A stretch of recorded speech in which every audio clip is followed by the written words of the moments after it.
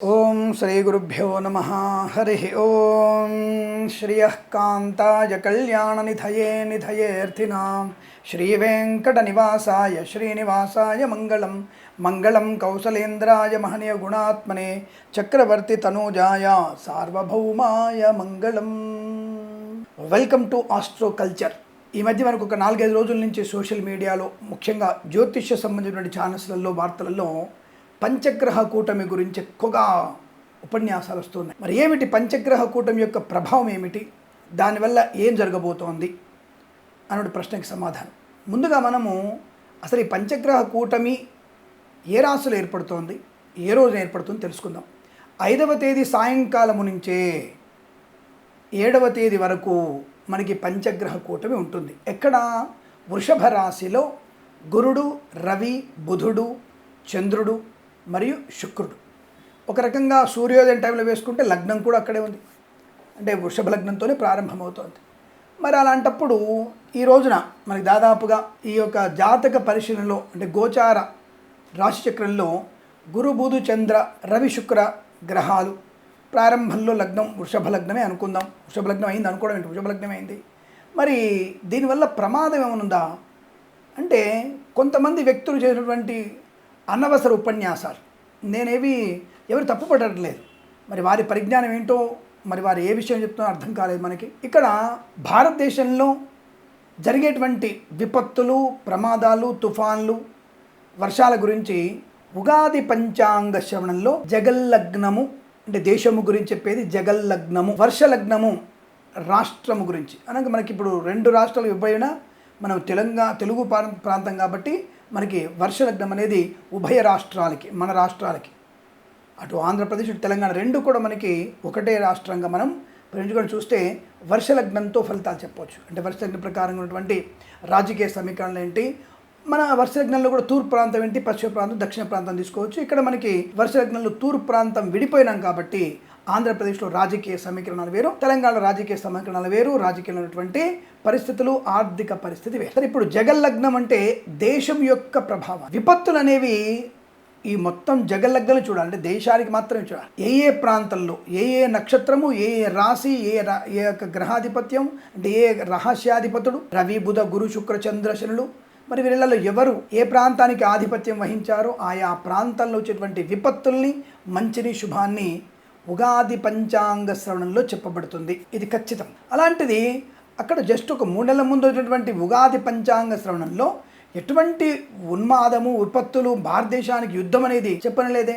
అసలు ఉగాది పంచాంగ శ్రవణంలో ఈ పంచగ్రహ కూటమి గురించి పెద్దగా ఎటువంటి చర్చ జరగలేదు.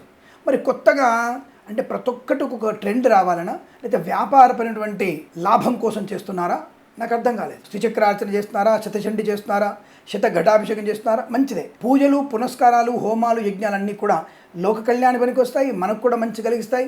దాని ఎటువంటి లేదు. గ్రహం బాగున్నా, గ్రహం బాగాలేకపోయినా జపము, తపము, యజ్ఞము, యాగం చాలా మంచి యశస్సును కలిగిస్తుంది, ఆర్థిక బలాన్ని కలిగిస్తుంది, ఆరోగ్యాన్ని కలిగిస్తుంది, లోక క్షేమాన్ని కూడా కోరుకుంటుంది పరోక్షంగా. పంచగ్రహ కూటమి వల్ల కొన్ని రాశుల వారికి ప్రమాదం కలగబోతుంది, తీవ్రమైనటువంటి ప్రమాదం కలగబోతుంది. నా మాట విని ఖచ్చితంగా మీరు ఇటువంటి పరిహారాలు చేసుకోండి. ఇది భయానకమైన స్థితి, ఇది కరెక్ట్ కాదండి. ఇక్కడ వృషభ రాశిలో శుక్రుడు స్వక్షేత్రగతుడు, బుధుడికి మిత్రక్షేత్రం, చంద్రుడికి ఉచ్చస్థానం. 5 గ్రహాల్లో 3 గ్రహాలు పాజిటివ్గా ఉన్నాయి. గురుడు శత్రుక్షేత్రం, రవికి కూడా శత్రుక్షేత్రం. లగ్నము స్వలగ్నమే, అంటే వృషభ రాశికి స్వలగ్నంలో ఉంది.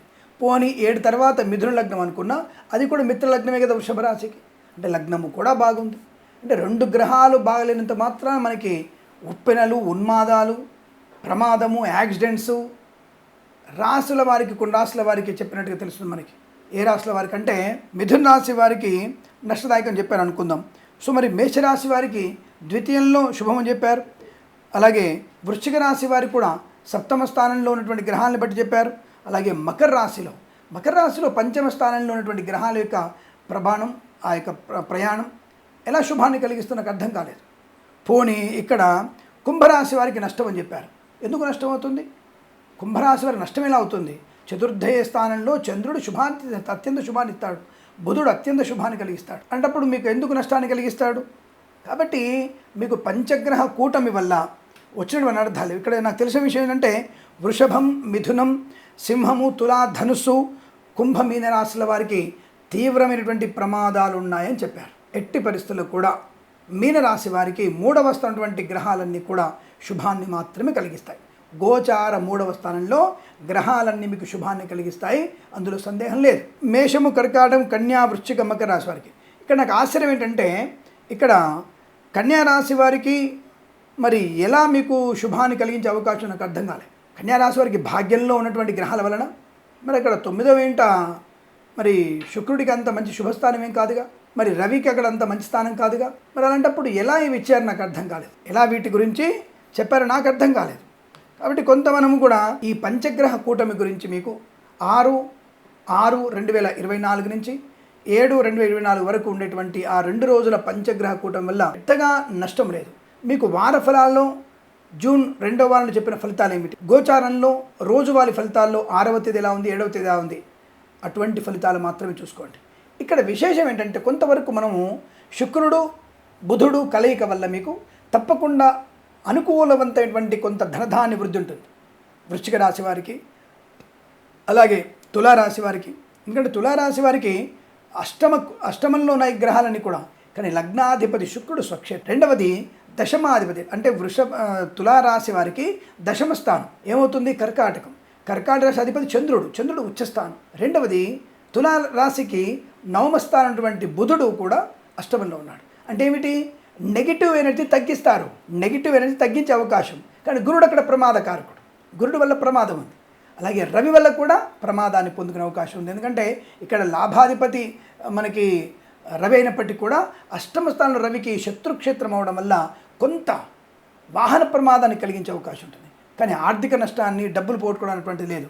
ఇక రెండవది ఉప్పెనలు వస్తాయి, వరదలు వస్తాయి, ఒక రకమైనటువంటి క్రిమికీడ వల్ల పెద్ద పెద్ద రోగాలు వస్తాయి, ఆకస్మిక ధన నష్టం పొందుకుంటారు, అలాగే భూకంపాలు వచ్చే అవకాశం ఉంటుంది. అన్నటువంటి విషయంలో ఎక్కడ కూడా మనకి ఇబ్బందులు ఉండవు.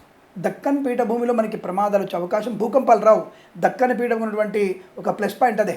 కాబట్టి మీకు భాగ్యనగరం చుట్టూ 200 కిలోమీటర్లు 150 కిలోమీటర్ల పరిమాణాల వరకు భూకంపాలు అనేవి రావు. ఇది 100% గ్యారెంటీ. ఎక్కడ మనకి కొండ ప్రాంతాలు, తిరుమల మరియు మనకి శ్రీశైల క్షేత్రం, యాదగిరిగుట్ట ఇటువంటి ప్రాంతాలు కొండ ప్రాంతం వైపు వెళ్ళాలి. కాబట్టి అక్కడ కొండ చర్యలను జారిపడవచ్చు, అది రెగ్యులర్గా పడుతూనే ఉన్నాయి. మొన్న పోయినసారి వర్షాకాలంలో పెద్ద పెద్ద బండరాలు జారిపడ్డాయి, అది తిరుమల ఘాట్ రోడ్లో చూసే ఉన్నాం మనం. అప్పుడే పంచగ్రహ కూటం లేదు, అప్పుడు పడింది ఇప్పుడు జూన్ 13వ తారీఖున 13 నుంచి 16 తారీఖు మధ్యలో వర్షాలు పడి అక్కడ కొండచర్యలు విడిపడ్డాయి. మరి ఇలాంటివన్నీ కూడా మనం చూస్తూనే ఉన్నాం కదా. అంటే కొండచర్య విడిపడడానికి భూకంపానికి సంబంధం లేదు. రాళ్ళు జారడం వల్ల నాని రాళ్ళు జారడం వల్ల కొండచర్యలు జారిపడుతుంటాయి, ప్రతి చోట జరిగేది అది ఇసుక జారిపడడం. కానీ భూకంపాలు వచ్చేసి చాలామంది ఇప్పుడు మనకి అక్కడ ప్రాంతంలో జరిగే పాపుయా దేశంలో పాపం 2000 మంది ఆ యొక్క మట్టి పిల్లలు జారిపడి అందులో సజీవ సమాధయ్యారు. పాపం భగవంతుడు వాళ్ళకి ఆత్మశాంతి కలిగిస్తారు. కానీ అటువంటి ప్రమాదాలు ఏమున్నాయంటే అటు కొన్ని ప్రాంతాలు అటువంటి కొండ చర్యలు పడడం వల్ల లేదా మట్టి బిడ్డలు పడడం వల్ల కొంత ప్రమాదం కలగవచ్చు. కానీ భూకంపం వచ్చి అంటే జపాన్లో, సౌత్ కొరియాలో భూకంపాలు వచ్చేసి కొన్ని వేల మంది చనిపోయారు. సునామీ లాంటివి వచ్చేసింది, సముద్ర గర్భంలో మనకి సునామీ పుట్టబోతుంది. ఇవన్నీ కూడా ఎక్కడా లేవు. దాని విషయంలో మీరేం భయపడాల్సిన అవసరం లేదు, గుర్తుపెట్టుకోండి. వార ఫలాల్లో 2వ వారం ఫలితాలు ఉన్నాయి, అవే చూసుకోండి. నిత్యం చెప్పేటువంటి నిత్య ఫలితాలు ఉంటాయి. నిత్య ఫలితాల్లో కూడా జూన్ 6వ తారీఖు 7వ తారీఖు కూడా నెగిటివ్ ఉంటే నెగిటివ్ ఫలితాలు చూసుకోండి, పాజిటివ్ ఉంటే పాజిటివ్ ఫలితాలు తీసుకోండి తప్ప దీన్ని పెట్టుకొని మీరు మనసు పెట్టుకొని మీరు ఏదన్నా లక్షల కొద్ది డబ్బులు పెట్టుబడి పెట్టి మీరు పూజలు చేయాల్సిన అవసరం లేదు. పూజలు చేయించుకుంటే మంచిది కాదా, మంచిదే. కానీ దీనికోసం పంచగ్రహ కూటమి వల్ల ప్రమాదము అనే డైలాగ్ విని మీరు ఎటువంటి పూజాదిగా చేయాల్సిన అవసరం లేదు. ఇది విషయం గుర్తుపెట్టుకోండి. పంచగ్రహ కూటమి వాళ్ళకి ఏం పెద్దగా నష్టం లేదు, అలానే పెద్ద గొప్పగా లాభం కూడా కలిగించే అవకాశం కాదు. కాబట్టి ఆందోళన పడకండి. తప్పకుండా అక్కడ 3 గ్రహాలు చంద్రుడు, శుక్రుడు, బుధుడు అత్యంత శుభకారకులు. కాబట్టి తప్పకుండా వారికి ఆ గ్రహాల యొక్క ప్రభావం చేత అక్కడ అనుకూలవంతమైన ఫలితాలు ఉంటాయి. అన్ని రాష్ట్రాల వారికి అనుకూలంగా ఉంటుంది. కంగారు పడాల్సిన అవసరం లేదు. పంచగ్రహ కూటమి వల్ల మీకేమీ ప్రమాదము లేదు, ఇది మాత్రం గుర్తుపెట్టుకోండి. ఓకేనా? సర్వేజన సుఖినో భవంతు. ప్రేమతో మీ కిరణ్ శర్మ.